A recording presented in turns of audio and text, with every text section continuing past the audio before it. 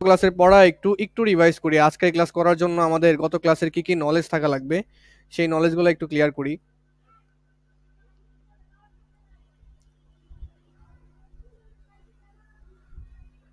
ধরো এটা একটা তরঙ্গ ছিল। তরঙ্গটা যখন চলমান থাকে না তখন এরকম অবস্থায় থাকে। তরঙ্গটা যখন চলমান থাকে তখন এই যে এরকম ভাবে তরঙ্গটা যায়। তরঙ্গ মূলত কি? তরঙ্গ মূলত একটা এনার্জি। ওই যে আমি বলছিলাম যে তোমরা যদি একটা পুতির মালা এক কোনায় ধরে নাড়াইতে থাকো, আস্তে আস্তে নাড়াইতে থাকো, তাহলে এই যে এরকম ঢেউয়ের মতো সৃষ্টি হবে। তো ওই পুতির মালাটা যে নাড়াইতেছো, তুমি কি সারা পুরা পুতির মালাটা ধরে নাড়াইতেছো এরকম কিন্তু না। পুতির একটা কোনায়, মানে পুতির যে রশিটা আছে, সুতাটা আছে, সুতার একটা পাশ মাত্র ধরে নাড়াইতেছো। তাহলে এটা নাড়ানো শুরু করলে আস্তে আস্তে পুরো পুরোটা নড়তে শুরু করে। পুরোটা নড়তে শুরু করে কেন? কারণ আস্তে আস্তে এনার্জি যাচ্ছে সামনের দিকে। আস্তে আস্তে এনার্জি সামনের দিকে যাচ্ছে। তো এরকম ভাবে দেখো, সেম ভাবে ধরো যে এই যে একটা পুকুর ছিল মনে করো। এই পুকুরে শান্ত একটা পুকুর, এখানে পানি আছে। তো তুমি যদি এখানে একটা ইট ইট ফেলো, এরকম একটা ইট এখানে ফেললা, তাহলে ইট যখন ফেললা, ইট কি করবে? পানিটাকে ধাক্কা দিবে। পানিতে ধাক্কা দেওয়া মানে হচ্ছে এই যে ইটের যে এনার্জিটা সেটা পানিতে ডিস্ট্রিবিউট হয়ে যাবে, ইটের এনার্জিটা পানিতে ডিস্ট্রিবিউট হয়ে যাবে। তো পানির যে অণুগুলো আছে তারা স্পন্দন গতিতে চলে যাবে এবং এরকম ঢেউয়ের সৃষ্টি করবে। তাহলে এইটাই হচ্ছে তরঙ্গ ছিল। তুমি দেখতে পাচ্ছ যে এই যে ঢেউটা আস্তে আস্তে কি পাড়ের দিকে যাচ্ছে না? আস্তে আস্তে পাড়ের দিকে যাচ্ছে। পাড়ের দিকে আসলে তরঙ্গ যাচ্ছে মানে কি জানো? এনার্জি যাচ্ছে, এনার্জি। এনার্জি যাচ্ছে। ধরো এনার্জি তুমি বুঝবা কিভাবে এনার্জি যে গেল? তুমি ইট মারছো এইখানে, বাট এইখানে মনে করো একটা পাতা আছে। একটা পাতা আছে, এখানে একটা পাতা আছে। তাহলে ইট যদি এখানে ফেলো, এই ঢেউটা আস্তে আস্তে যাচ্ছে, একটু পর পাতাটাকে কি করবে? নাড়াচাড়া দিবে না? পাতাটাকে নড়াচড়া কিভাবে দিল? ওই যে এনার্জি দিয়ে। এনার্জিটা কই থেকে আসলো? ওই যে ইট পড়লো পানিতে, ওই এনার্জি থেকে। এই যে এনার্জিটা আস্তে আস্তে সামনের দিকে গেছে, সামনের দিকে যায় এই পাতাটাকে ধাক্কা দিছে। এইভাবে হচ্ছে তরঙ্গের মাধ্যমে এনার্জি সাপ্লাই চলে। ওকে। তো আমি বলেছিলাম যে এই তরঙ্গের প্রত্যেকটা কোণাই মনে করো যে সাধারণ অবস্থা এইভাবে ছিল। সাধারণ অবস্থা এইভাবে ছিল। যখন তুমি ওই যে পুতির মালাটা ধরে একটু ঝাঁকুনি দিবা তখন এরকম ভাবে নড়াচড়া শুরু করবে।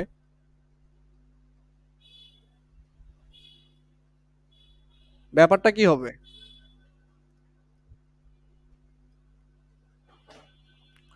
আচ্ছা, ব্যাপারটা কি হবে তখন? ব্যাপারটা হবে হচ্ছে এই যে পুতির মালার যে প্রত্যেকটা পুতিগুলা আছে, এই পুতিগুলা যখন পুতির মালাটা তুমি নাড়াচাড়া দিবা, সেই পুতির মালাটা আপ ডাউন শুরু করবে। এই পুতির মালাটা এই যে উপর উঠবে, আবার একটু পর পুতির মালাটা এখানে নিচে নামবে। ওকে। তো এখানে একটা জিনিস মনে রাখো, যে এই যে যে পুতির মালাটা আছে, পুতির মালাটা এখান থেকে নিচে নামলো। আমি যদি অন্য কালার দিয়ে দেখাই, এই যে পুতির মালা মনে করো উপরে আছে, এখন এখান থেকে নিচে নামবে একটু পরে ঝাঁকি দিলে। তারপর আবার কি হবে? একটু পরে আবার আবার উপরে উঠবে। এই যে নিচে নামলো উঠলো, যে সময়টা লাগলো সেটাকে কি বলা হয়? পর্যায়কাল বলা হয়। সেটাকে বলা হয় পর্যায়কাল। আচ্ছা, এই যে যে পুতিটা আছে, এটা নিচে নামলো আবার উঠলো, আগের জায়গায় ফেরত আসলো, এটাকে বলা হয় পর্যায়কাল। আচ্ছা, এই যে আগের জায়গায় ফেরত আসলো না, এটাকে বলা হয় এক স্পন্দন। এটাকে বলা হয় এক স্পন্দন। তাহলে এক স্পন্দন কি জিনিস? মনে করো এখানে একটা যে কণা আছে, তরঙ্গের উপর স্থিত একটা কণা। এই কণাটা একটু পর কি হবে? উপরে উঠবে। বাঁকা হয়ে যাচ্ছে। একটু পর তরঙ্গটা কি হবে? বাঁকা হয়ে যাচ্ছে আমার এখানে, দাঁড়াও। তরঙ্গটা একটু পর উপরে উঠবে। উপরে উঠে কোথায় আসবে? এখানে আসবে। আবার একটু পর ঢেউয়ের মতো নিচে চলে আসবে না? তো আবার একটু পর যদি নিচে চলে আসে তাহলে গেল, আবার আসলো, যে সময়টা লাগলো সেটাই তো পর্যায়কাল। কিন্তু এই যে যে একবার দোলন খাইলো, গিয়ে আবার আসলো, এটাকে বলা হয় এক স্পন্দন। যদি দুইবার আসতো তাহলে দুই স্পন্দন স্পন্দন বলতাম। ঠিক আছে? আচ্ছা। তো আমি তোমাদের বলেছিলাম যে এই যে মনে করো কণাটা, এই যে হলুদ কালারের যে কণাটা, এইটা গেল উপরে, আবার নিচে নামলো, একটা স্পন্দন হইলো না? গেল উপরে, আবার আসলো, একটা স্পন্দন হইলো। এই যে একই স্পন্দনে বা একটা পর্যায়কালে তরঙ্গ কতটুকু সামনে আগাই গেল? তরঙ্গ মানে এনার্জি, শক্তিটা সামনের দিকে কতটুকু আগাই গেল? সামনে যতটুকু আগে গেল সেটা হচ্ছে তরঙ্গ দৈর্ঘ্য বা ল্যামডা। সেটা হচ্ছে তরঙ্গ দৈর্ঘ্য বা ল্যামডা। আমি আরেকবার এক্সপ্লেন করতেছি জিনিসটা, জিনিসটা আমাদের লাগবে।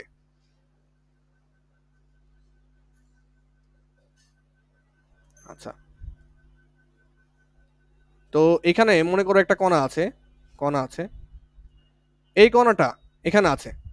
মনে করো যে কণাটা এখন উপরে আছে, উপরে থেকে একটুবার নিচে নামবে, আবার একটুবার উপরে উঠবে। এই যে কণাটা নিচে যে নামলো, আবার উপরে উঠলো না, কি হইলো? একটাই স্পন্দন হইলো, এটাকে বলা হয় এক স্পন্দন। আর যে সময়টা লাগলো সেটাকে বলা হয় পর্যায়কাল। এই যে নামলো আবার উঠলো, তো এতক্ষণে তরঙ্গ, এই যে এনার্জি কত দূরত্ব যাবে জানো? এনার্জিটা ল্যামডা পরিমাণ সামনে আগায় যাবে। কত পরিমাণ আগায় যাবে সামনে? ল্যামডা পরিমাণ সামনে আগায় যাবে। তাহলে কণার এক এক স্পন্দনে তরঙ্গ শক্তি কতটুকু আগায় যায়? ল্যামডা পরিমাণ আগায় যায়।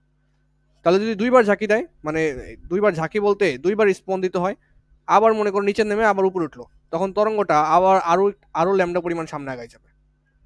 মনে করো আবার নিচে নামলো আবার উঠলো, তখন আরো ল্যামডা পরিমাণ সামনে আগায় যাবে তরঙ্গটা। এইভাবে শক্তি সামনে যাইতে থাকে। তরঙ্গ সামনে যাওয়া মানে হচ্ছে এভাবে এনার্জি সামনে যাইতে থাকে, এনার্জি সামনে যাইতে থাকে। ঠিক আছে? আচ্ছা, তো এই যে পুতির মালা তুমি যখন ঝাঁকি দিচ্ছ, তখন পুতির মালাটা এরকম এরকম করতেছে, এরকম এরকম করতেছে। তো এরকম এরকম যখন করতেছে, তুমি ঝাঁকি দিচ্ছ কোথায়? এইখানে। এইখানে মনে করো যে হাত হাত দিয়ে ধরে, হাত কিভাবে আঁকাবো? হাত তো এখানে আঁকানো সম্ভব না। মনে করো এটা তোমার হাত, যাই হোক। তো এই হাত দিয়ে ধরে তুমি এইখানে ঝাঁকি দিচ্ছ, কিন্তু এইখানে নড়তেছে কিভাবে? এই যে এনার্জি হচ্ছে সামনের দিকে যাচ্ছে, শক্তি যাচ্ছে সামনের দিকে, এইভাবে শক্তি সামনে যাচ্ছে এবং এটাও নড়াচড়া করতেছে। তার কারণ কিভাবে বুঝলাম শক্তি সামনে যাচ্ছে? কারণ তুমি নড়া দিছো মাত্র এতটুকু জায়গায়, এতটুকু জায়গায় মাত্র মুভ করছো, কিন্তু মুভ হচ্ছে কয়টা? পুরোটা মুভ হচ্ছে আস্তে আস্তে, আস্তে আস্তে পুরোটা জায়গায় এনার্জি ছড়াই যাচ্ছে, এনার্জি সামনের দিকে যাচ্ছে। ওকে, এই যে এনার্জি, এই যে এখানে যে কণাটা আছে, এখানে যে কণাটা আছে, এই কণাটা একবার স্পন্দিত হইলে মানে গেল আবার আসলো, একবার স্পন্দিত হইলে এনার্জি কতটুকু দূরত্ব যায়? ল্যামডা পরিমাণ দূরত্ব যায়। এইটা মনে রাখো শুধু, এনার্জি হচ্ছে ল্যামডা পরিমাণ দূরত্ব যায়, এটা আপাতত মনে রাখো। ওকে, এই অঙ্কটা আমরা করব এখন। অঙ্ক তোলার আমি সময় দিচ্ছি না, কারণ আমরা শেষ করতে পারবো না। অঙ্ক হচ্ছে তোমরা স্লাইড দেখে পরে তুলে উত্তরও তুলে রাখবা, খাতায় নোট করবা। অঙ্ক আপাতত দেখো, বুঝো, এটাই এনাফ। ঠিক আছে? তো বলছে একটি সরল দোলক, ওকে, একটি সরল দোলক হচ্ছে পি, একটি সরল দোলক হচ্ছে পি, এর সুতার দৈর্ঘ্য দেওয়া আছে 99 সেন্টিমিটার, সুতার দৈর্ঘ্য হচ্ছে এল, এল দেওয়া আছে, সুতার দৈর্ঘ্য হচ্ছে 99 সেন্টিমিটার। ববের ব্যাসার্ধ কি দেওয়া আছে? নাই, ববের ব্যাসার্ধটা দেওয়া নাই, তার মানে এখানে ববের কোনো হিসাব আসবে না, বাদ দাও। দোলকটিতে 9.8 এমএস ইনভার্স টু অভিকর্ষ ত্বরণ সম্পূর্ণ হয়, মানে জি এর মান দেওয়া আছে 9 এটা দিলেই কি না দিলেই কি? যে দিলেই কি না দিলেই কি? অভিকর্ষ ত্বরণ সম্পূর্ণ স্থানে দুলতে দেওয়া হলো। ওকে, বলছে পি এর দোলনকাল কত, মানে পর্যায়কাল বের করতে বলছে। সরল দোলকের অঙ্ক এটা। আমরা পর্যায়কাল সমান কি শিখেছি? পর্যায়কাল সমান সমান 2 পাই রুট ওভার এল ভাগ জি। আচ্ছা, এখানে বড় হাতের এল দিয়ে শিখছিলাম তাই না? এখানে বড় হাতের এল এবং ছোট হাতের এল সমান, কারণ এখানে বব সম্পর্কে কিছু বলে নাই, বব সম্পর্কে এখানে কিছু বলে নাই, তাই ছোট হাতের এল এবং বড় হাতের এল সেম জিনিস। কারণ আমরা কি শিখেছিলাম? কার্যকরী দৈর্ঘ্য সমান সুতার দৈর্ঘ্য প্লাস ববের ব্যাসার্ধ, কার্যকরী দৈর্ঘ্য সমান সুতার দৈর্ঘ্য প্লাস ববের ব্যাসার্ধ। এখানে বব সম্পর্কে কিছু নাই, বাদ দাও বব। তাহলে এল আর এল কি সেম জিনিস না? বব যদি থাকতো তাহলে বব হিসাব করতাম, এখানে এখানে বব নাই, তাই হিসাব করা যাবে না। আমরা সূত্র শিখেছি হচ্ছে এরকম, 2 pi root over L divided by হচ্ছে জি। ওকে, এখানে এল এর মান যা, ছোট হাতের এল এর মান তাই। কত দেওয়া আছে? 99 সেন্টিমিটার, সরি 99 সেন্টিমিটার। 99 সেন্টিমিটারকে মিটারে নাও, মিটার নিলে আসবে 0.99 মিটার, 0.99 মিটার। 100 দ্বারা ভাগ করছি। গ্র্যাভিটি দেওয়া আছে কত? 9.8 MS inverse two, MS inverse two. আচ্ছা, 2 পাই, আমাদের বলছে দোলনকাল, দোলনকাল মানেই তো পর্যায়কাল, একই কথা, দোলনকাল মানে হচ্ছে পর্যায়কাল। 2 পাই রুট ওভার এল ভাগ জি, এল এর মান কত? 0.99, 0.99, জি এর মান কত? 9.8। এই তো দোলনকাল পেয়ে গেছো। দোলনকাল অথবা পর্যায়কাল একই জিনিস।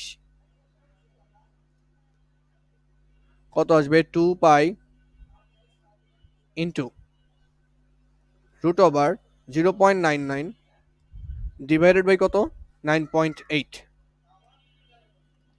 ওকে, আসলে 1.997 আসছে, 1.997 সেকেন্ড। এটা হচ্ছে দোলনকাল, মানে একটা সরল দোলক ছিল যার সুতার দৈর্ঘ্য কত দেওয়া আছে?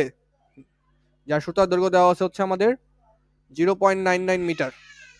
আচ্ছা, এখানে একটা বস্তু আছে বব, ববের ব্যাসার্ধ দেওয়া ছিল না, তাই কাউন্ট করি নাই, দেওয়া না থাকলে কিছু তো করার নাই। আচ্ছা, তো এই যে দোলকটা, এই দোলকটাকে যদি আমি টান দিয়ে এখানে এনে টান দিয়ে ছেড়ে দিই, একবার এখানে আসবে, একবার এখানে আসবে আবার এখানে যাবে, এই তো এই গেল এখানে, আবার আসতে যে সময়টা লাগলো সেটাই পর্যায়কাল, এবং সেটাই আমরা বের করেছি। পর্যায়কাল অথবা দোলনকাল একই কথা। ওকে, তাহলে এটা পারবা। এটা কোথায় আসছে দেখো, ঢাকা বোর্ড 23 সালে আসছে, 3 নম্বরের প্রশ্ন। এটা কতক্ষণ লাগে করতে? 5 সেকেন্ড লাগবে করতে। 5 সেকেন্ড একটু কম বলে ফেলছিলাম আর কি, 1 মিনিট লাগবে করতে। পি এর দোলনকাল নির্ণয় করো বা পি এর পর্যায়কাল নির্ণয় করো, ঢাকা বোর্ড 23 সালে আসছে, এত সহজ জিনিস। ওকে, এইটা এটা হচ্ছে রাজশাহী বোর্ড 23-এর প্রশ্ন, ঠিক আছে? ওকে, সবগুলো সূত্র রিভিশন না দেওয়া থাকলে তোমাদের কষ্ট হবে বুঝতে। আচ্ছা, প্রথমে খেয়াল করো, আমাদের বলছে বস্তুটি একটি নির্দিষ্ট কম্পাঙ্কে কম্পনরত। বস্তুটি একটি নির্দিষ্ট কম্পাঙ্কে কম্পনরত, তার মানে একটা বস্তু আছে যার একটা নির্দিষ্ট কম্পাঙ্ক আছে। আচ্ছা, বুঝলাম, বাদ। কম্পাঙ্ক কাকে বলে? কম্পাঙ্ক ছিল হচ্ছে 1 সেকেন্ডে কতগুলা স্পন্দিত দেয়, এটা হচ্ছে কম্পাঙ্ক। 1 সেকেন্ডে স্পন্দন সংখ্যাই হচ্ছে কম্পাঙ্ক। কম্পাঙ্ক কি ছিল মনে আছে নাকি তোমাদের, ভুলে গেছো? এই যে একটা কণা, আচ্ছা এটা তরঙ্গ। তরঙ্গ, এখানে একটা কণা আছে, এই কণাটা একটু পরে এখানে আসবে। তো এই যে যে কণাটা আছে, কণাটা এখান থেকে আবার এখানে আসলো, একটা স্পন্দন হইলো না? তো আমাদের 1 সেকেন্ডে কতগুলো স্পন্দন দিবে সেটাই হচ্ছে কম্পাঙ্ক। 1 সেকেন্ডে কতগুলো স্পন্দন দিবে সেটাই হচ্ছে কম্পাঙ্ক। আচ্ছা, ওইখানে না যাচ্ছি, ওগুলা বলছি কম্পাঙ্ক কি, কম্পাঙ্ক কিভাবে আসে সেগুলো দেখছি। আমাদের বলছে এ মাধ্যমে তরঙ্গটির পর্যায়কাল নির্ণয় করো। এ মাধ্যমে, গ নাম্বার প্রশ্ন। এ মাধ্যম খেয়াল করো, এ মাধ্যমে তরঙ্গ দৈর্ঘ্য কত? তরঙ্গ দৈর্ঘ্য হচ্ছে 0.4। আচ্ছা, এ মাধ্যম যেহেতু বলছে তাহলে লিখবা এ মাধ্যমে তরঙ্গ দৈর্ঘ্য হচ্ছে ল্যামডা এ। ল্যামডা এ কেন লিখলাম? কারণ এই মাধ্যমের তরঙ্গ দৈর্ঘ্য, এর জন্য ল্যামডা এ দ্বারা প্রকাশ করলাম। কত দেওয়া আছে? 0.4 মিটার দেওয়া আছে। 0.4 মিটার দেওয়া আছে। এই যে মিটার দেখে বুঝবা এটা মিটারে দেওয়া আছে। ওকে, তরঙ্গ বেগ দেওয়া আছে না? তরঙ্গ বেগ 160। তাহলে তরঙ্গ বেগ দেওয়া আছে ভি এ। এ কেন লিখলাম? কারণ এ মাধ্যমে তরঙ্গ বেগ কত? V a 160 metre per second. Okay, আমাদের বলছে এ মাধ্যমে তরঙ্গটির পর্যায়কাল, তার মানে হচ্ছে টি এর মান বের করতে বলছে। পর্যায়কাল টি এর মান বের করতে বলছে। তাহলে আমরা কি জানি? V equals to F lambda, এটাই তো জানি। যেহেতু এই মাধ্যমে বের করতেছি তাহলে ভি এ, তাহলে এই মাধ্যমে কম্পাঙ্ক, এই মাধ্যমে তরঙ্গ দৈর্ঘ্য, ঠিক আছে? ওকে, একইভাবে তাহলে এখানে কি করব? ভি এ, ওকে, আমরা কম্পাঙ্ক সমান কি জানি? কম্পাঙ্ক হচ্ছে 1/t, মানে 1 ভাগ পর্যায়কাল। তাহলে কম্পাঙ্কর পরিবর্তে লিখবা 1/t। যেহেতু এই মাধ্যমে বের করতেছি তাহলে টি এ লিখবা, এখানে হচ্ছে ল্যামডা এ। ওকে, তারপর ভি এ, এটার মান দেওয়া আছে না? 160 দেওয়া আছে, সমান 1/ta। ওকে, ল্যামডা এ মান দেওয়া আছে কত? 0.4। 0.4, তাহলে টি এ কি বের করতে পারবো না? টি এ অবশ্যই বের করতে পারবো। টি এ কত আসবে হিসাব করি। টি এ যেটা আসবে সেটা হচ্ছে 0.4 ভাগ হচ্ছে 160, 0.0025, 0.0025।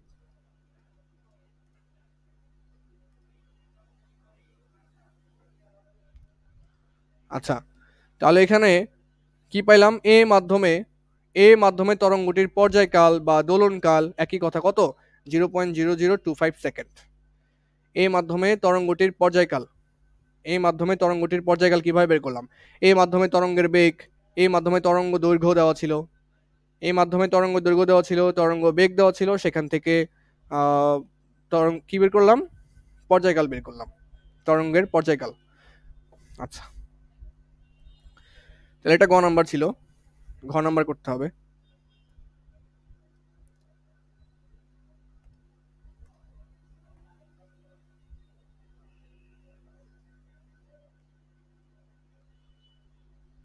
আচ্ছা, এবার হচ্ছে ঘ নাম্বারটা করব, ঠিক আছে? বলছে এ মাধ্যমে যে সময়ে তরঙ্গটি 360 মিটার অগ্রসর হয়, এ সময়ে কি বলছে? এ মাধ্যমে যে সময়ে তরঙ্গটি 360 মিটার অগ্রসর হয়, সেই সময়ে বি মাধ্যমে কতগুলো পূর্ণ স্পন্দন দিবে, পূর্ণ কম্পন দিবে, সেটা আমাদের জিজ্ঞেস করছে। খুবই মারাত্মক কোশ্চেন করছে। আচ্ছা,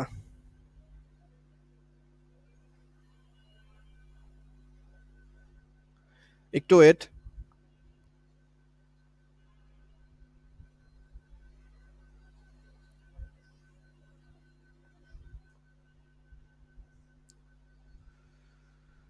প্রশ্নটা ভালো মতো পড়ো। কি কি আমরা গ নাম্বারে কি করছি সেটা একটু দেখতে থাকো, 1 মিনিট লাগবে আমার।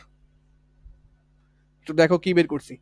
এই মাধ্যমে কি দেওয়া ছিল, তরঙ্গ দৈর্ঘ্য দেওয়া ছিল, এই মাধ্যমে তরঙ্গ বেগ দেওয়া ছিল।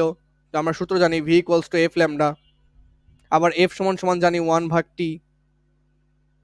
তাহলে সব মান বসাই দিছি, এই মাধ্যমে কণার যে পর্যায়কাল সেটা পেয়ে গেছি। এই মাধ্যমে কণার যে পর্যায়কাল সেটা দিয়ে মানে পেয়ে গেছি। আচ্ছা, মাধ্যম বলতে কি বোঝায় সেটা কি বুঝি মানে নাকি বলছিলাম? মাধ্যম হচ্ছে, এটা মনে করো যে মাধ্যম এবি দ্বারা বোঝাইছে, একটা মনে করো বায়ু মাধ্যম আর একটা মনে করো পানি মাধ্যম, আবার একটা মাটি মাধ্যম, এরকম হইতে পারে আর কি। দুইটা আলাদা মাধ্যম, এটাই আর কি বুঝাইছে। দুইটা যে আলাদা মাধ্যম এটাই বুঝাইছে। ওকে।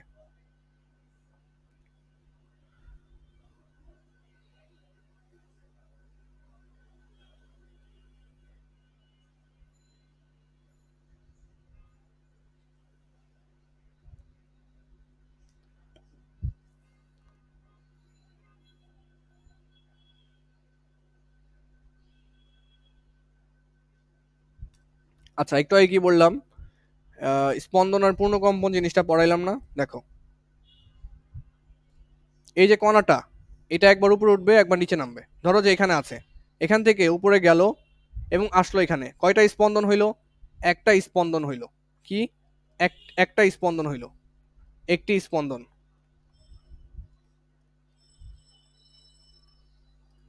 একটি স্পন্দন হইলো। স্পন্দনের আরেকটা নাম হচ্ছে কম্পন। একটি স্পন্দন হইলো অথবা একবার কম্পিত হইলো বা একবার মুভ করলো আর কি। এই যে যে কণাটা ছিল এটা একবার উপরে উঠলো আবার এখানে আগের জায়গায় আসলো, কত সময় লাগলো? পর্যায়কাল।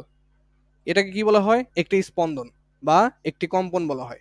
একটি স্পন্দন অথবা একটি কম্পন বলা হয়। আচ্ছা, এই কণাটা যখন একটা স্পন্দন দেয়, মানে গিয়ে আবার আসে, ততক্ষণে তরঙ্গ দৈর্ঘ্য কতটুকু দূরত্ব যায়? ভুল বলছি, তরঙ্গ কতটুকু দূরত্ব যায়? এই যে কণাটা, এটা একবার উপরে উঠবে আবার নিচে নামবে, ততক্ষণে তরঙ্গ যে শক্তিটা সেটা সামনে যাবে ল্যামডা পরিমাণ।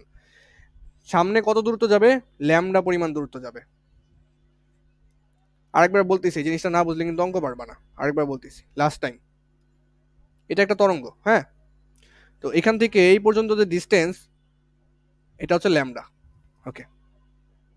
তাহলে মনে করো এই অবস্থায় আছে এটা, এই অবস্থা, এটা হচ্ছে একটা সাম্যাবস্থা রেখা টানলাম। ওকে। এখানে একটা কণা আছে, এই কণাটা মনে করো একবার এখানে আসলো, ঠিক আছে, এখানে আসলো, ওকে, ভালো কথা। এখান থেকে একটুবার কি হবে? নিচে নামবে, আবার এখানে আসবে। ততক্ষণে এই যে যে তরঙ্গটা আছে, তরঙ্গের যে এনার্জি আছে, সেটা ল্যামডা পরিমাণ সামনে যাবে। তাহলে একটি কম্পনে, একটি স্পন্দনে তরঙ্গ কতটুকু সামনে যায়? ল্যামডা পরিমাণ। একটি কম্পনে বা একটি স্পন্দনে তরঙ্গ সামনে যাবে ল্যামডা পরিমাণ। আচ্ছা, যদি আরেকটা কম্পন দেয়, মনে করো আবার এখান থেকে লাফ দিয়ে আবার এখানে আগে আসলো, আগের জায়গায় আসলো, তখন এই তরঙ্গটা আরো ল্যামডা পরিমাণ সামনে চলে যাবে। আবার লাফ দিলে আবার ল্যামডা পরিমাণ সামনে চলে যাবে। এভাবে একটি কম্পনে বা একটি স্পন্দনে তরঙ্গ ল্যামডা পরিমাণ দূরত্ব অতিক্রম করে। আচ্ছা, যাতে মাথায় থাকে। এটা মাথায় না থাকলে কিন্তু অঙ্ক করতে পারবো না, আগেই বলে দিলাম।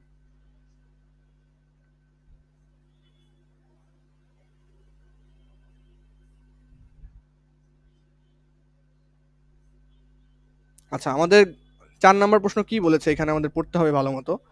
বলছে এই মাধ্যমে যে সময়ে তরঙ্গটি 360 মিটার অগ্রসর হয়। আচ্ছা, এই মাধ্যম যেটা আছে, এই যে এই মাধ্যমে 360 মিটার অগ্রসর হবে যে সময়ে। আচ্ছা, তা আমরা জানি যে টি সময়ে মানে একবার পর্যায়কালে কতটুকু সামনে যায়? ল্যামডা পরিমাণ সামনে যায়।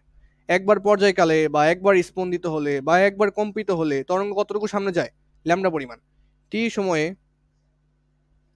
এটা কোন মাধ্যমে করতেছি? এই মাধ্যমে। টি সময়ে তরঙ্গ ল্যামডা পরিমাণ দূরত্ব অতিক্রম করে।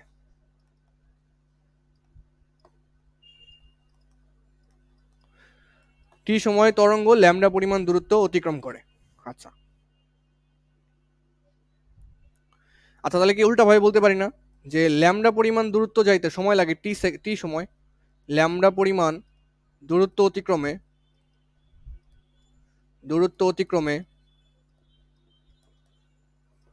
সময় লাগে পর্যায়কালের সমান টি পরিমাণ, মানে এক পর্যায়কালে ল্যামডা পরিমাণ দূরত্ব তরঙ্গ সামনে যায়। তরঙ্গ সামনে যাওয়া মানে কি, এনার্জি সামনে যায়, শক্তি। মানে একবার পর্যায়কালে তরঙ্গ সামনে যাবে ল্যামডা পরিমাণ দূরত্ব নিয়ে। ওকে, তাহলে আমাদের বলছে, তাহলে আমরা যেটা জানি যে ল্যামডা পরিমাণ দূরত্ব অতিক্রম করতে সময় লাগে টি। আমাদের এই মাধ্যমে ল্যামডা কত, 0.4। তার মানে 0.4 মিটার দূরত্ব অতিক্রম করতে সময় লাগে কত, পর্যায়কাল কত ছিল এই মাধ্যমে, গ নাম্বারে বের করলাম না, 0.0025 সেকেন্ড। 0.0025 সেকেন্ড। তার মানে 0.4 মিটার দূরত্ব অতিক্রম করতে সময় লাগে 0.0025 সেকেন্ড। তাহলে 1 মিটার দূরত্ব অতিক্রমে সময় লাগে কত, ঐকিক নিয়ম 0.0025 ভাগ হচ্ছে 0.4, তাই না? ওকে, আমাদের কতটুকু দেওয়া আছে, 360 মিটার। তাহলে 360 মিটার দূরত্ব অতিক্রমে সময় লাগে কত, 0.0025 ইন্টু 360 ডিভাইড বাই হচ্ছে 0.4। ওকে, তাহলে এটা ক্যালকুলেশন করি, দেখি কত আসে। 0.0025 ইন্টু 360 ভাগ হচ্ছে আমাদের 0.4, আসতেছে কত আমাদের এখানে, 2.25 সেকেন্ড। 2.25 সেকেন্ড। তার মানে আমাদের যে এ মাধ্যমে যে তরঙ্গটা আছে 2.25 সেকেন্ড লাগে 360 মিটার যাইতে। 2.25 সেকেন্ড লাগে 360 মিটার যাইতে। 360 মিটার কতক্ষণে যায়, 2.25 সেকেন্ডের ভিতরে 360 মিটার শক্তি সামনে চলে যায়। শক্তিটা 360 মিটার দূরত্ব অতিক্রম করে 2.25 সেকেন্ডে, কোথায়, এই মাধ্যমে। আচ্ছা, আমাদের বলছে যে এই যে এই মাধ্যমে যে সময়ে তরঙ্গটি 360 মিটার অগ্রসর হয়, তাহলে আমরা দেখলাম এই মাধ্যমে তরঙ্গটা 360 মিটার অগ্রসর হয় 2.25 সেকেন্ডে। আমাদের বলছে সেই সময়ে, মানে 2.25 সেকেন্ডে, সেই সময়ে বি মাধ্যমে কতগুলো পূর্ণ কম্পন দিবে সেইটা জিজ্ঞেস করছে। সেই সময়ে বি মাধ্যমে কতগুলো পূর্ণ কম্পন দিবে সেইটা আমাদের জিজ্ঞেস করছে। ওকে, কতগুলো পূর্ণ কম্পন দিবে। আচ্ছা, পূর্ণ কম্পন কতগুলো দিবে, বা কম্পাঙ্ক সংখ্যা কত, বা স্পন্দন সংখ্যা, এটা মানে কি, দেখো, পূর্ণ কম্পন সংখ্যা বা স্পন্দন সংখ্যা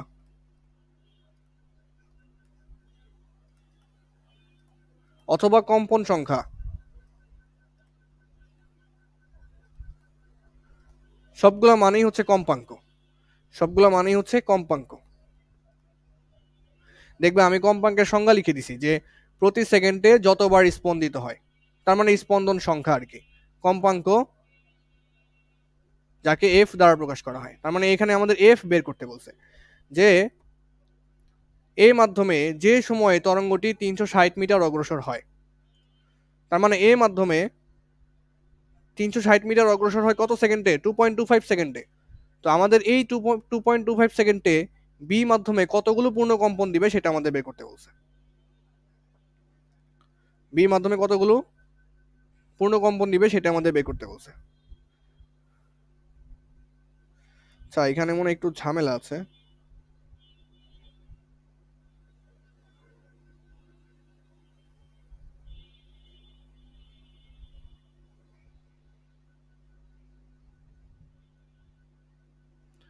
ওয়েট আ মিনিট।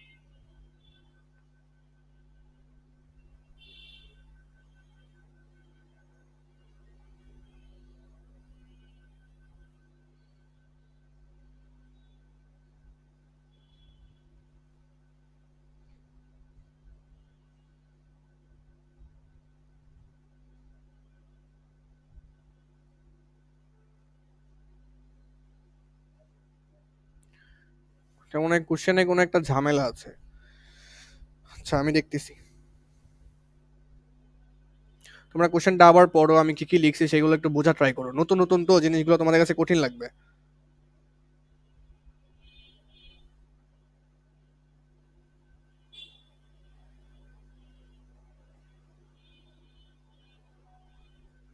দেখো এই যে 2.25 সেকেন্ড, আমি অনেক বেসিক কথাবার্তা করে লিখছি না? এত কিছু না লিখে করলেও হবে, এত কিছু না লিখে করলেও হবে, এটা আরো সহজে বের করা যায়। তোমারে বলছে যে একটা তরঙ্গ, একটা তরঙ্গ হচ্ছে, আমরা যেটা জানি যে একটা পর্যায়কালে, কণার এক পর্যায়কালে তরঙ্গ ল্যামডা পরিমাণ দূরত্ব অতিক্রম করে। একবার কম্পিত হলে বা একবার স্পন্দিত হলে তরঙ্গ ল্যামডা পরিমাণ দূরত্ব অতিক্রম করে। আমি আবারও দেখাই দিচ্ছি ওই জিনিসটা। এই যে, এই যে একটা কণা, এই কণাটা মনে করো এখান থেকে নিচে নামবে, আবার উঠবে। তরঙ্গ কতটুকু যাবে? তরঙ্গ যাবে ল্যামডা পরিমাণ সামনে, মানে শক্তি সামনের দিকে ল্যামডা পরিমাণ পথ অতিক্রম করবে। আচ্ছা, তা আমরা তো এটাও জানি যে এই যে যে কণাটা, এটা এই অবস্থান থেকে নিচে নেমে আবার আগের অবস্থানে ফিরতে যে সময়টা লাগে তাকে বলা হয় পর্যায়কাল। তাহলে এই এক পর্যায়কালে তরঙ্গ সামনের দিকে গেল ল্যামডা পরিমাণ, এই এক পর্যায়কালে তরঙ্গ সামনের দিকে গেল ল্যামডা পরিমাণ। আচ্ছা, তাহলে একটা মাত্র পর্যায়কালে তরঙ্গ সামনে যাচ্ছে ল্যামডা পরিমাণ, আর এইখানে নিচে নেমে আবার যে উপরের দিকে উঠলো এক পর্যায়কাল হইল, এটাকে বলা হয় এক স্পন্দন। এটাকে এক স্পন্দনও বলা হয়, আবার এক কম্পনও বলা হয়, আবার এক পূর্ণ কম্পনও বলা হয়, পূর্ণ স্পন্দনও বলা হয়, অনেক কিছু বলা যায়। পূর্ণ স্পন্দন, পূর্ণ কম্পন, কম্পন সবকিছু একই জিনিস। তো তোমাদের মনে রাখতে হবে যে একটি স্পন্দনে যে সময় লাগে, এই যে নিচে নেমে আবার উঠলো, তাহলে একটা স্পন্দনে যে সময় লাগলো সেটা হচ্ছে আমাদের, একটা স্পন্দনে যে সময় লাগলো সেটা হচ্ছে আমাদের পর্যায়কাল।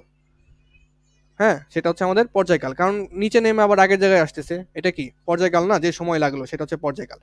একটি স্পন্দনে যে সময় লাগে সেটা হচ্ছে পর্যায়কাল। আমি লিখে দিচ্ছি এখানে এই কথাগুলা।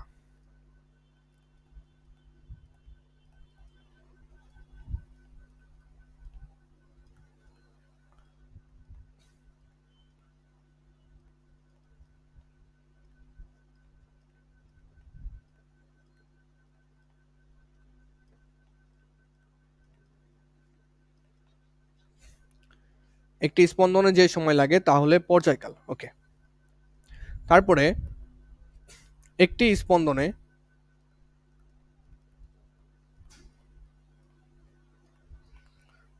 অথবা এক পর্যায়কালে, একই তো কথা, একটি স্পন্দন দিতে যে সময়টা লাগে সেটাই তো পর্যায়কাল। তাহলে একটি স্পন্দন হওয়া আর এক পর্যায়কাল হওয়া একই তো কথা। এক পর্যায়কালে তরঙ্গ ল্যামডা পরিমাণ দূরত্ব অতিক্রম করে।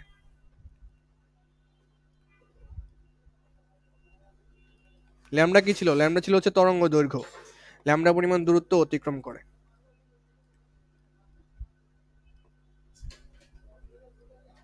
এই জিনিসটা একটু মনে রাখতে হবে কিন্তু, এগুলো হচ্ছে বেসিক কথাবার্তা।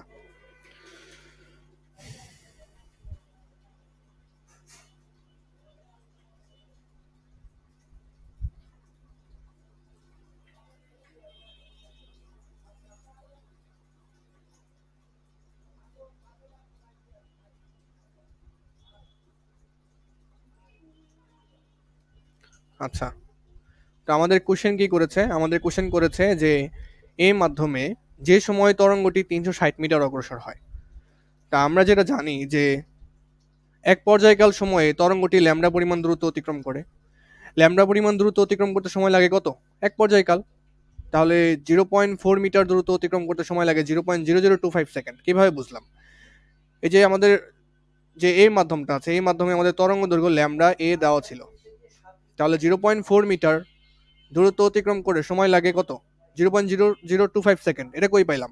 এই মাধ্যমে পর্যায়কাল বের করেছি গ নাম্বারে, 0.0025 সেকেন্ড। হুম, এভাবে বের করেছি।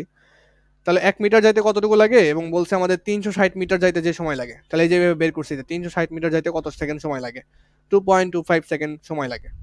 আমাদের বলছে এই 2.25 সেকেন্ডে সময়ে বি মাধ্যমে কতগুলো পূর্ণ কম্পন দিবে, মানে কতবার আপ ডাউন করবে একটা কণা, কতবার উপরে উঠবে আবার এভাবে আপ ডাউন দিবে, নিচে নামবে আবার উপরে উঠবে, নিচে নামবে আবার উপরে উঠবে, কতবার কম্পিত হবে সেটা আমাদের জিজ্ঞেস করছে 2.25 সেকেন্ডে। কোথায়? বি মাধ্যমে, বি মাধ্যমে বের করতে বলছে আমাদের। ওকে, তাহলে আমরা তো পাইলাম যে এ মাধ্যমে 360 মিটার যাইতে সময় লাগতেছে 2.25 সেকেন্ড। এখন কথা হচ্ছে যে বি মাধ্যমে পূর্ণ কম্পনটা কিভাবে বের করব। এখানে মনে একটা ডাটা, কোনো একটা ডাটা মিসিং আছে।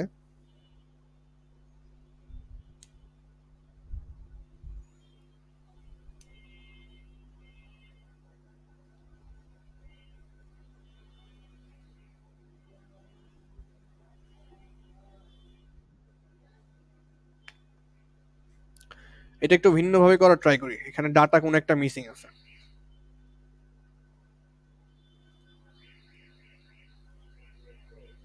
তাহলে কি এতক্ষণ ভুল শিখলাম? না, এতক্ষণ যা শিখলাম সেটাও আমাদের দরকার আছে, সেটা আমাদের অন্য ম্যাথে লাগবে। ঠিক আছে, অন্য ম্যাথে আমাদের লাগবে।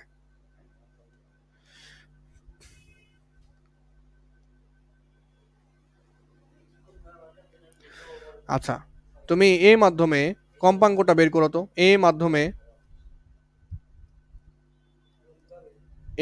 কম্পাঙ্ক,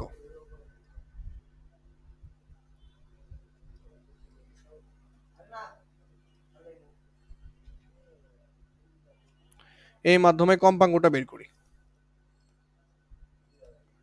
এই মাধ্যমে কম্পাঙ্ককে এফ দ্বারা প্রকাশ করতেছি, এফ এ, তাই না? তাহলে আমরা কি জানি? এফ এ সমান সমান হচ্ছে 1/টি এ। সূত্র এফ সমান সমান 1/টি শিখছি না, এখানে এ দিলাম যাতে এ মাধ্যম বোঝাইতে পারি। ওকে, 1/এ মাধ্যমে পর্যায়কাল কত বের করেছি ক নাম্বারে? 0.0025, 0.0025। কত আসবে এখানে? 400 হার্জ, 400 হার্জ আসবে। আচ্ছা, কম্পাঙ্কর সংজ্ঞাটা কি ছিল? কম্পাঙ্কের সংজ্ঞাটা ছিল যে, কম্পাঙ্কের সংজ্ঞাটা কি ছিল? 1 সেকেন্ডে, মনে করো এই যে কণাটা, এই কণাটা 1 সেকেন্ডে কতবার স্পন্দিত হবে? আচ্ছা, স্পন্দন জিনিসটা কি ছিল? একবার নিচে নামবে আবার উপর জায়গায় উঠবে, একটা স্পন্দন।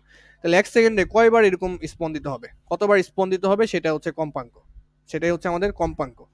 তাহলে এখানে আমরা যেটা দেখতে পারতেছি যে 1 সেকেন্ডে কম্পন সংখ্যা, 1 সেকেন্ডে কম্পন সংখ্যা কত? 400 না? 1 সেকেন্ডে যতবার কম্পিত হয় সেটাই তো কম্পাঙ্ক। তাহলে 1 সেকেন্ডে কম্পন সংখ্যা কত? 400, এই 400 হার্জ, 400 বার কম্পিত হয় 1 সেকেন্ডে। বুঝতে পারতেছো? এই যে একটা কণা, এই কণাটা একবার মনে করো এখানে আছে, একটুবার নিচে নামবে আবার উপরে উঠবে, নিচে নামবে আবার উপরে উঠবে স্পন্দন গতিতে। তো এইভাবে নিচে নামবে উপরে উঠবে কতবার? 400 বার। 400 বার উপরে উঠবে 1 সেকেন্ডে। এটা হচ্ছে কম্পন সংখ্যা 1 সেকেন্ডে। কম্পন সংখ্যা হচ্ছে, আচ্ছা 1 সেকেন্ডে কম্পন সংখ্যা হচ্ছে 400 আমাদের এখানে পাচ্ছি।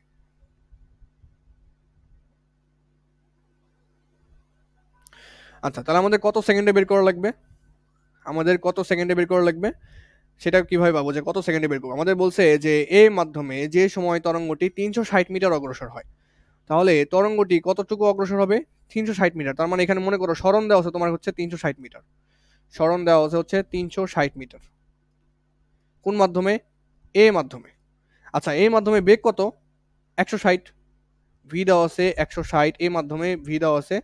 আর এই মাধ্যমে সরণ দেওয়া আছে, এই মাধ্যমে সরণ দেওয়া আছে 360 মিটার। এই মাধ্যমে যে তরঙ্গটার স্পিড, বেগ, সেটা কত? 160 মিটার পার সেকেন্ড।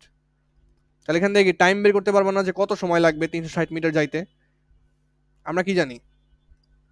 আমরা জানি হচ্ছে এস ইকুয়ালস টু ভিটি। এখান থেকে টাইম বের করলে কত আসবে? এস ভাগ ভি, এস ভাগ হচ্ছে ভি। এস কত? এস হচ্ছে 360, আর ভি কত? ভি হচ্ছে 160। ভাগ করলে দেখবে আসবে 2.25 সেকেন্ড। ওই যে আগেই বের করেছিলাম, আগে অনেক লিখে লিখে বের করেছিলাম না, এখন সূত্র দিয়ে বের করছি যে 360 মিটার যাইতে এ তরঙ্গের কতটুকু সময় লাগবে। এই যে এ যে তরঙ্গটা আছে 360 মিটার যাইতে তার সময় লাগবে কত? 2.25 সেকেন্ড। আচ্ছা, 1 সেকেন্ডে কম্পন সংখ্যা কত? 400। আমাদের বলছে যে 2.25 সেকেন্ডে কতগুলো পূর্ণ কম্পন দিবে, 2.25 সেকেন্ডে কতগুলো পূর্ণ কম্পন দিবে সেটা আমাদের বের করতে বলছে। তা আমরা জানি যে 1 সেকেন্ডে কম্পন হবে 400 বার। তাহলে 2.25 সেকেন্ডে কতবার কম্পিত হবে? 400 গুণ 2.25, 400 গুণ 2.25 কত আসবে? এখানে 900 আসবে মনে হয়, 900 বার।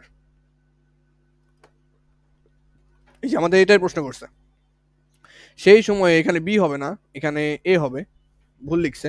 সেই সময়ে এ মাধ্যমে কতগুলো পূর্ণ কম্পন দিবে? 900 বার পূর্ণ কম্পন দিবে। 1 সেকেন্ডে কম্পন দেয় 400 বার, তাহলে 2.25 সেকেন্ডে কম্পন দিবে কতবার? 900 বার। 900 বার আপ ডাউন করবে, এটাই আমাদের বের করতে বলছিল। আচ্ছা, এই অঙ্কটা আমি আরেকবার করাই দিব কালকে। এটার মধ্যে একটু ডাটা ঝামেলা ছিল, ওই যে একটু কারেকশন মানে প্রথমবার একবার কারেকশন করেছি, আবার কারেকশন করতে হইলো। এই অঙ্কটা একটু ঝামেলা আছে, এটা পরে করানো দরকার ছিল। আচ্ছা বাদ দাও, আচ্ছা সহজ অঙ্কে আমরা চলে যাই, তাই ভালো। ওকে, তোমাকে বলছে পি ও কিউ মাধ্যমে শব্দের বেগ 350 এবং 400। তাহলে তোমার দেখো শব্দের বেগ দেওয়া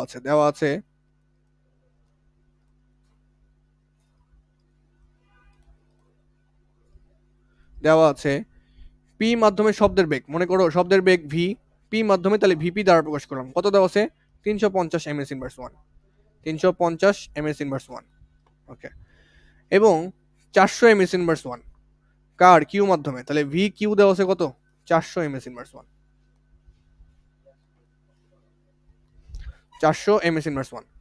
বলছে মাধ্যম দ্বয়ের, এখানে মাধ্যম নয়ে লিখছে, মাধ্যম দ্বয়ের তরঙ্গ দৈর্ঘ্যের পার্থক্য দেওয়া আছে 0.4 মিটার পার্থক্য দেওয়া আছে। তার মানে পি মাধ্যমের, আমি একটু সাজায় লিখে দিই তোমাদের এখানে।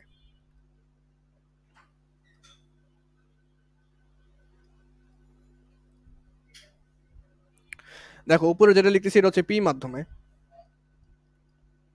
আর এটা লিখবো হচ্ছে কিউ মাধ্যমে। ওকে, তাহলে ভিপি, পি মাধ্যমে তরঙ্গের বেগ দেওয়া আছে 350 এমএস ইনভার্স 1, কিউ মাধ্যমে তরঙ্গের বেগ দেওয়া আছে 400 এমএস ইনভার্স 1। আর কি কি দেওয়া আছে? তরঙ্গ দৈর্ঘ্যের পার্থক্য দেওয়া আছে, দুইটা মাধ্যমে তরঙ্গ দৈর্ঘ্যের পার্থক্য দেওয়া আছে। তো এখানে তরঙ্গ দৈর্ঘ্য হচ্ছে ল্যামডা পি, এখানে তরঙ্গ দৈর্ঘ্য হচ্ছে ল্যামডা কিউ। তো তোমাকে পার্থক্য দেওয়া আছে যে lambda P minus lambda Q, মানে দুইটা তরঙ্গ দৈর্ঘ্যের পার্থক্য দেওয়া আছে কত? 0.4। এখন বলতে পারো ভাই ল্যামডা পি থেকে ল্যামডা কিউ বাদ দিব নাকি ল্যামডা কিউ থেকে ল্যামডা পি বাদ দিব, কোনটা বড়? ল্যামডা পি বড় নাকি ল্যামডা কিউ বড়, কিভাবে বুঝবো? ল্যামডা পি বড় নাকি ল্যামডা কিউটা বড়, সেটা বুঝবো কিভাবে? পার্থক্য তো দেওয়া আছে, এখন পার্থক্য কি হয়? বড় থেকে ছোট বিয়োগ হয় না পার্থক্য করতে গেলে? তাহলে এখানে বড় কোনটা সেটা তো বুঝতেছি না, ল্যামডা পি বড় নাকি ল্যামডা কিউ বড়। আচ্ছা, এটা বুঝবো কিভাবে? সিম্পল কনসেপ্ট দিয়ে। আচ্ছা, প্রথমত আমাদের যে একটা সূত্র ছিল V equals to F lambda, তাই না? V equals to F lambda. তো এখান থেকে খেয়াল করো ল্যামডা এবং ভি কি সমানুপাতিক না?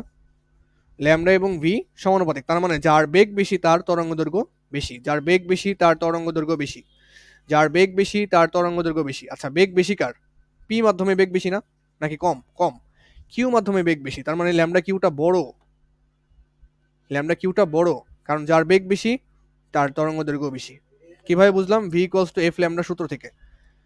ল্যামডা যত বেশি হবে ভি তত বেশি হবে, ল্যামডা যত বেশি হবে ভি তত বেশি হবে। তাহলে ল্যামডা কিউটা এখানে বড়, কেন বড়? কারণ ভি কিউটা বড়, কিউ মাধ্যমে শব্দের বেগটা বড়, তাই কিউ মাধ্যমে তরঙ্গ দৈর্ঘ্যটাও বেশি হবে। তো তোমার যে পার্থক্য দেওয়া আছে, বলছে মাধ্যম দ্বয়ের তরঙ্গ দৈর্ঘ্যের পার্থক্য, তাহলে ল্যামডা কিউ থেকে ল্যামডা পি বাদ দিবা। ল্যামডা কিউ থেকে ল্যামডা পি বাদ দিলে কত থাকবে? 0.4 মিটার থাকবে। এটা যদি এটা লিখো যে ল্যামডা পি থেকে ল্যামডা কিউ বাদ দিলাম 0.4, তাহলেই ভুল হয়ে যাবে, কারণ ল্যামডা পি তো ছোট, ল্যামডা কিউ হচ্ছে বড়। 0.4 তো এখানে আসবে না বিয়োগ করলে, যেটা বড় সেটা আগে দিতে হবে। তো যেই মাধ্যমে বেগ বেশি সেই মাধ্যমে তরঙ্গ দৈর্ঘ্য বেশি, এইটা বুঝতে কিন্তু এখানে অসুবিধা হবে। ওকে, আমাদের গ নাম্বারে বলছে পি মাধ্যমে তরঙ্গ দৈর্ঘ্য নির্ণয় করো, পি মাধ্যমে তরঙ্গ দৈর্ঘ্য। আচ্ছা, আমরা কি জানি? V equals to F lambda, F lambda. তো পি মাধ্যমে বেগ, পি মাধ্যমে কম্পাঙ্ক, পি মাধ্যমে ল্যামডা। তো পি মাধ্যমে যদি ল্যামডা আমি বের করতে চাই, পি মাধ্যমে তরঙ্গ দৈর্ঘ্য বের করতে চাই, তাহলে উপরে লিখতে হবে ভিপি ডিভাইডেড বাই হচ্ছে এফপি। আচ্ছা, ভিপিটা তোমার কাছে দেওয়া আছে, এফ এফপি কি দেওয়া আছে? দেওয়া নাই, তার মানে ওই সূত্রে আমরা যাইতে পারতেছি না, এটা দেওয়া নাই আমাদের কাছে। আমাদের কাছে যেটা আছে lambda Q minus lambda P equals to 0.4, 0.4। Okay, আচ্ছা আমরা জানি V equals to F lambda, এখান থেকে ল্যামডা সমান কত লেখা যায়? ভি বাই এফ না? হ্যাঁ, তাহলে ল্যামডা সমান লিখবা V by F. Minus lambda lambda সমান সমান লিখবা ভি বাই এফ। এটা কি কিউ মাধ্যম, তাহলে এটা হবে ভি কিউ, এটা হবে এফ কিউ। এটা যেহেতু পি মাধ্যম তাহলে এটা হবে ভিপি, এটা হবে এফ পি। সমান কত? 0.4 মিটার। মিটার জিনিসটা না দিলে হবে এখানে 0.4 মিটার।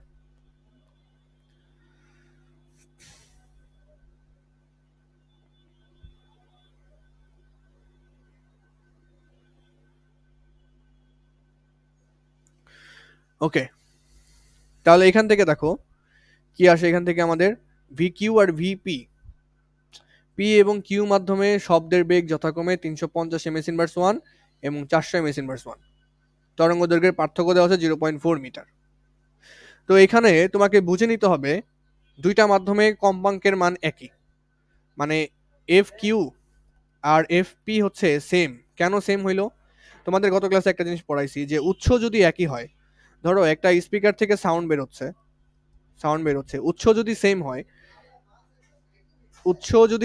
এই উৎস থেকে যে সাউন্ডগুলো বের হবে এটা বায়ু মাধ্যমে যে কম্পাঙ্ক দিবে, পানি মাধ্যমে সেই কম্পাঙ্কই দিবে, কম্পাঙ্কের কোনো চেঞ্জ হয় না। তো এখানে বলছে পি এবং কিউ মাধ্যমে শব্দের বেগ, শব্দ তো একটাই, পি মাধ্যমে বেগ আলাদা, কিউ মাধ্যমে বেগ আলাদা, কিন্তু কম্পাঙ্ক একই। কারণ কি? উৎস একটাই। একটা উৎস থেকে কম্পাঙ্ক বের হইছে, একটা উৎস থেকে শব্দ বের হইছে, শব্দটা বায়ুতেও ঢুকছে, শব্দটা মনে করো পানিতেও ঢুকছে। তাহলে দুইটা মাধ্যম না, দুইটা মাধ্যমে কম্পাঙ্ক সেম হবে, কারণ উৎস হচ্ছে একটা। এটা গত ক্লাসে পড়িয়েছি যে কম্পাঙ্ক এখানে সেম হবে। তো কম্পাঙ্ক যদি সেম হয়ে যায়, F Q R F P যদি সেম হয়ে যায়, ধরো এটাকে আমি লিখলাম হচ্ছে এফ, মানে দুইটার মানে এফ, মানে মনে করো এটা আর কি, দুইটার মানে হচ্ছে এফ। আচ্ছা, এফ দিয়ে না লিখে তোমাদের কনফিউশনে পড়বে।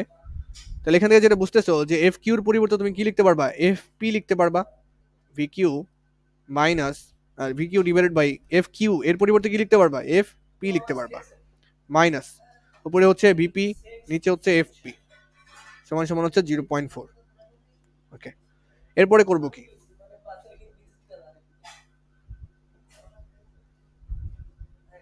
আচ্ছা, এরপরে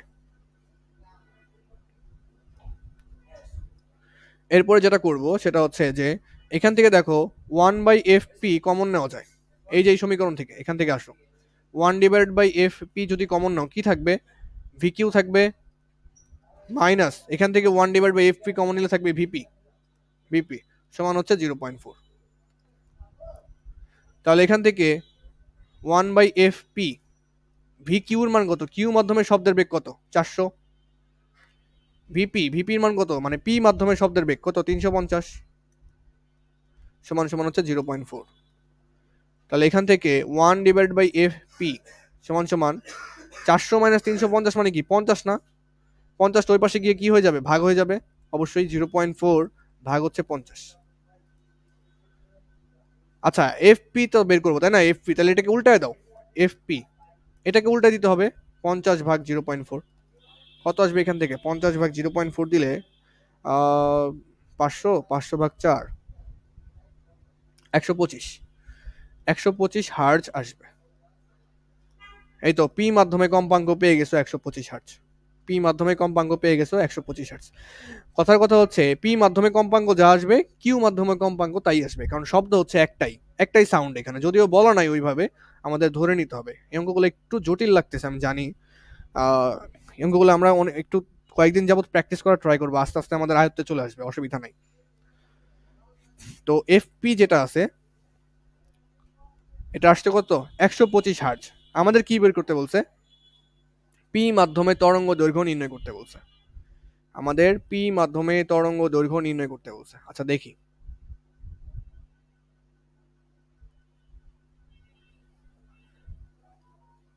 ওকে।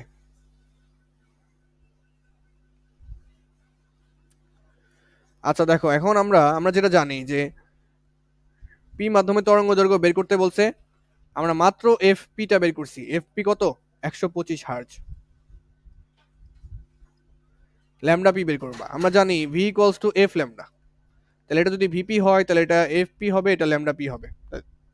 এখান থেকে আমাদের পি মাধ্যমে তরঙ্গ দৈর্ঘ্য মানে ল্যামডা পি বের করতে বলছে। তাহলে ল্যামডা পি সমান সমান কত?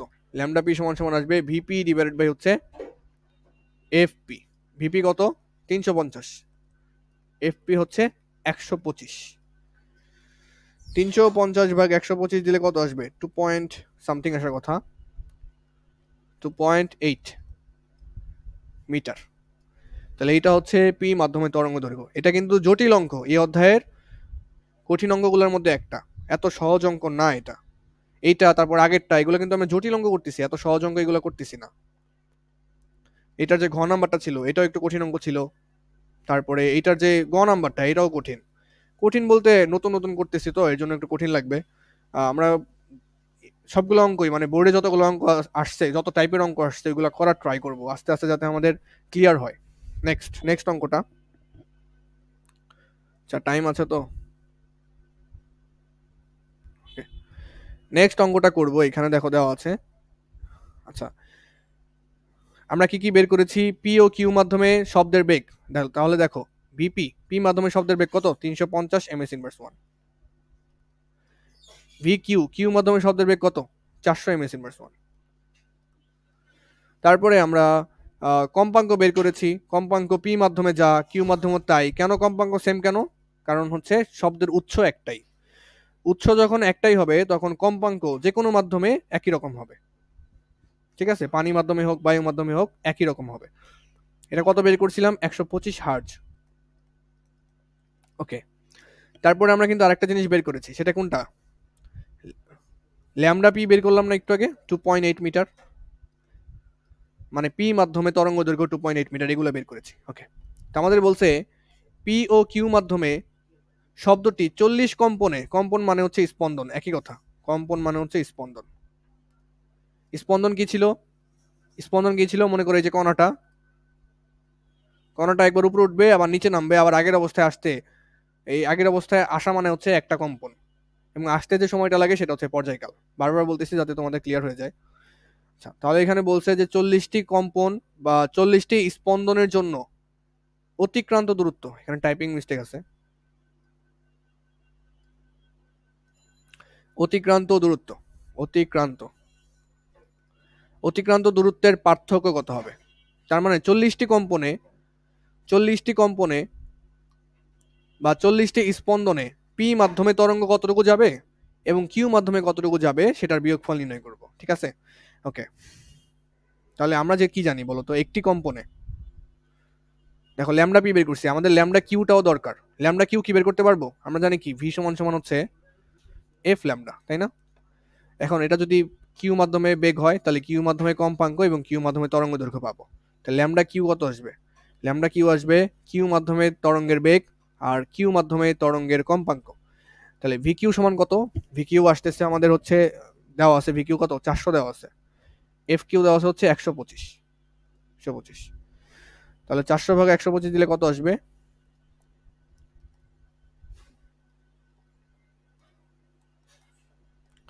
এখান থেকে আমাদের আসতেছে হচ্ছে 3.2, এইটা আসতেছে 3.2 মিটার, 2 মিটার। আচ্ছা, তা আমরা জানি যে তরঙ্গ একটি কম্পনে ল্যামডা পরিমাণ দূরত্ব অতিক্রম করে।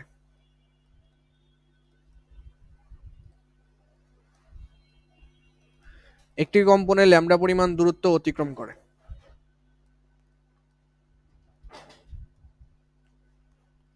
আচ্ছা, তাহলে প্রথমে পি মাধ্যমে হিসাব করি। পি মাধ্যমে খেয়াল করো, পি মাধ্যমে একটি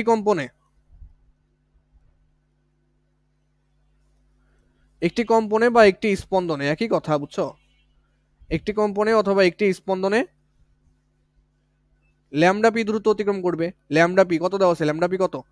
2.8 মিটার দূরত্ব অতিক্রম করছে, 2.8 মিটার দূরত্ব অতিক্রম করে। তাহলে আমাদের কতগুলো কম্পনের কথা বলছে? 40 কম্পনের কথা বলছে। তাহলে 40টি কম্পনে বা স্পন্দনে কতটুকু দূরত্ব অতিক্রম করবে? একটি কম্পনে যায় 2.8 মিটার, তাহলে 40টাই কত? 40 গুণ 2.8 কত আসবে? 40 গুণ 2.8 দিলে 40 ইন্টু 2.8, 112 মিটার, 112 মিটার। 40টি কম্পনে কম্পাঙ্কের যে এনার্জিটা হয়েছে ওইটা 112 মিটার চলে যাবে, দূরত্ব অতিক্রম করবে আর কি। এবার আসো বি মাধ্যমে বের করব, বি না কিউ, কিউ মাধ্যমে বের করব। কিউ মাধ্যমে একটি কম্পনে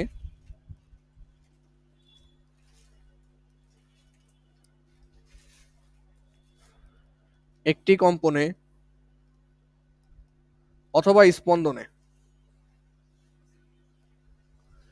ল্যামডা কিউ দূরত্ব অতিক্রম করবে। ল্যামডা কিউ সমান কত? আচ্ছা, একটি কম্পনে বা স্পন্দনে ল্যামডা কিউ কত দেওয়া আছে? 3.2 মিটার, 3.2 মিটার দূরত্ব অতিক্রম করবে। তাহলে 40টি কম্পনে কত? 40টি কম্পনে বা স্পন্দনে কত দূরত্ব অতিক্রম করবে? 3.2 ইন্টু 40 কত মিটার আসে? 3.2 ইন্টু 40 দিলে 40 ইন্টু হচ্ছে 3.2, 128 মিটার, 128 মিটার দূরত্ব অতিক্রম করবে। তাহলে কিউ মাধ্যমে যে তরঙ্গ আছে সেটা 40 বার কম্পিত হলে তরঙ্গ 128 মিটার যাবে, আর পি মাধ্যমে যাবে কত? 112 মিটার। তাহলে পার্থক্য কত? পার্থক্য কত? পার্থক্য হচ্ছে 128 বিয়োগ হচ্ছে 112। এটা হিসাব করলে যত আসে, 128 থেকে 112 বাদ দিলে কত থাকে? এটাও ক্যালকুলেটর দিয়ে করি। 128 বিয়োগ হচ্ছে 112, 16 মিটার। তাহলে পার্থক্য হচ্ছে 16 মিটার। তো তোমাদের যেটা বোঝার বিষয় ছিল আজকে ক্লাসে যেটা আমি অঙ্ক করাইতে চাই নাই, তো আজকে ক্লাসে যেটা বোঝার কথা ছিল সেটা হচ্ছে এই যেটা আমি আরেকবার রিক্যাপ করে দিচ্ছি ছুটির আগে। ধরো এটা একটা মুক্তার মালা আছে, মুক্তার মালা বা পুতির মালা মনে করতে পারো। এই মালাটার এইখানে ধরে তুমি যখন ঝাঁকুনি দিবা তখন মালাটা কি হবে? এরকম এরকম হবে। তখন এই যে পুঁতিগুলা এরকম এরকম করবে।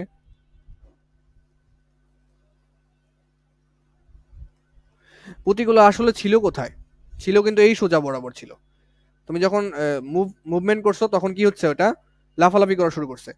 মানে এই যে এই পুঁতিটা কিন্তু আর ছিল করতো এখানে, এইভাবে লাফালাফি করছে। একটু বরাবর নিচে নামবে না যখন তুমি ওইভাবে রাউন্ডে খেলবা।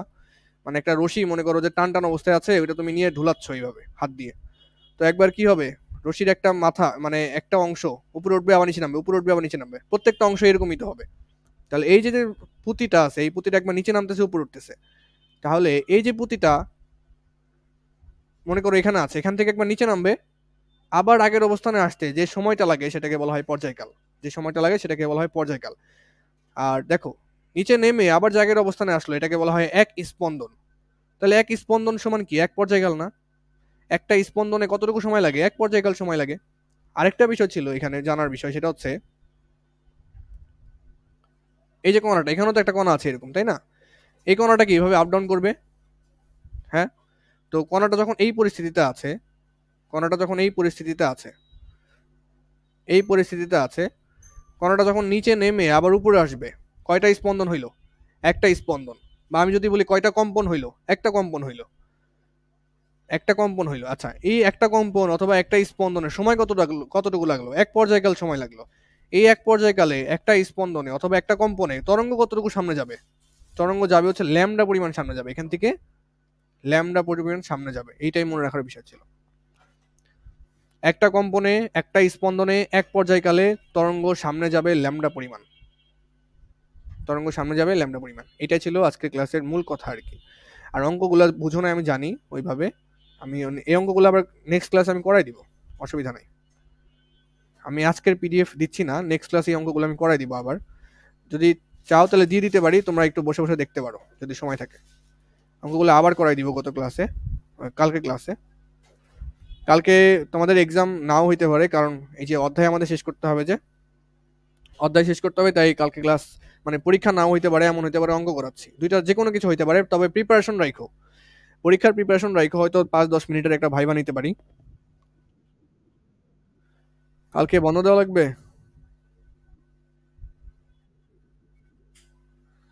কালকে তো বৃহস্পতিবার।